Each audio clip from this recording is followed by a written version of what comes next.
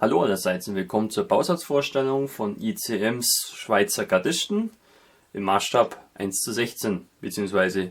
120 mm, wie das auch im Figurensammler-Jargon bezeichnet wird. Das ist ein neuer Bausatz und ist auch Teil einer größeren Serie, die ICM zurzeit lanciert. Das sind auch andere, ich sag mal, Elite-Garde-Soldaten dabei, wie zum Beispiel von der Französischen Republik einer oder auch von den Italienern. Also das ist recht interessant und das sind alles, glaube ich, Garde-Soldaten, die man heute auch noch sehen kann. Seit 1970 ist die Schweizer Garde die einzige Militärformation, die der Papst noch hat. Der hat früher auch noch andere Garde-Truppen gehabt. Wie der Name schon sagt, die Schweizer Garde setzt sich ausschließlich aus Schweizern zusammen und die müssen da auch diverse Auflagen erfüllen, um da überhaupt aufgenommen zu werden. Und die Aufnahmeprüfungen und so weiter sind natürlich auch entsprechend hart. Entgegen der allgemeinen Auffassung wurde die bunte Uniform hier nicht von Michelangelo in der Renaissance entworfen, sondern erst 1914 so eingeführt. Es ist eine relativ neue Uniform. Der Schweizer Gardist ist in einer ziemlich typischen Pose dargestellt, und zwar bei der sogenannten Schildwacht.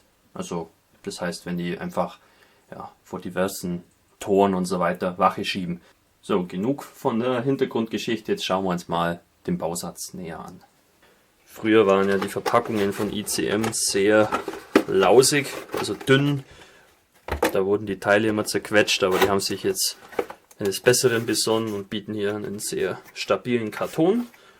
Und da sind die Gießäste sauber eingepackt und auch eine kleine Bauanleitung ist drin und nochmal das Boxart in voller Größe. Das kann man sich einrahmen und übers Bett hängen, wenn man mag. Es liegt auch eine rudimentäre Anleitung bei.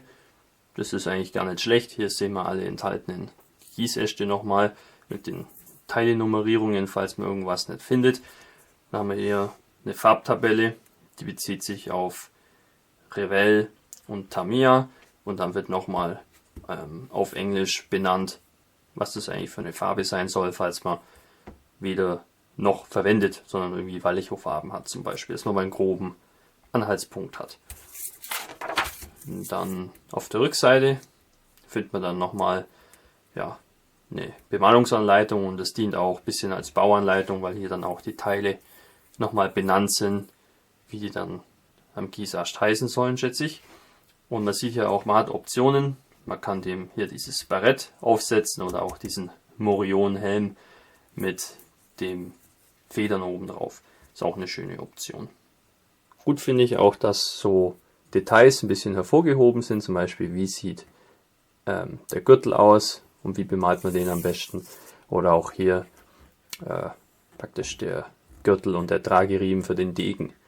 An der Figur sind jetzt nicht so viele Teile dran, da ist eigentlich die Bemalung das Interessante, deswegen finde ich, ist die Anleitung, so wie sie ist, mehr als ausreichend.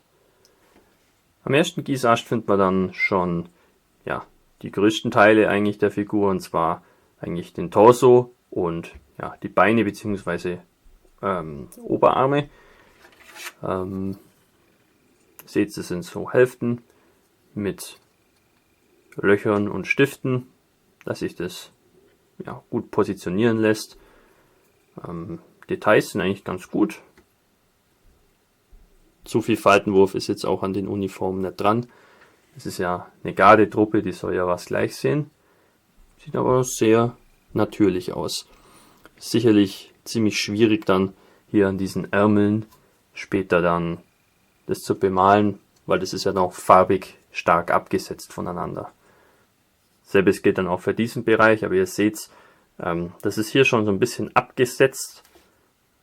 Das heißt praktisch, dieser Streifen hier und dieser werden dann blau und das andere mehr so gelb-orange. Das ist hier schon gut vorgezeichnet. Das müsste man eigentlich gar nicht abkleben. Das könnte man auch freihand dann mit dem Pinsel nachfahren. Am zweiten Gießast findet man dann beinahe alles Übrige, bis auf die Waffen. Hier ist jetzt ein bisschen Grat dran, aber das lässt sich eigentlich ganz gut abkratzen. ist eigentlich ganz anständig detailliert. Das Gesicht sieht auch gut aus. Hier sieht man die beiden Optionen. Einmal einen Kopf für das Barett und dann nochmal einen Kopf für den Helm. Gut finde ich, dass es nicht zu viele Befestigungspunkte pro Teil gibt. Das erspart uns etwas Arbeit beim Versäubern. Das Barett gefällt mir sehr gut, aber ich glaube, ich werde trotzdem den Helm wählen. Der sieht einfach ein bisschen exotischer aus. Hier haben wir nochmal die Gesichter im Detail. Und ja, die Stiefel mit den Gamaschen, das sieht eigentlich auch ganz schön aus.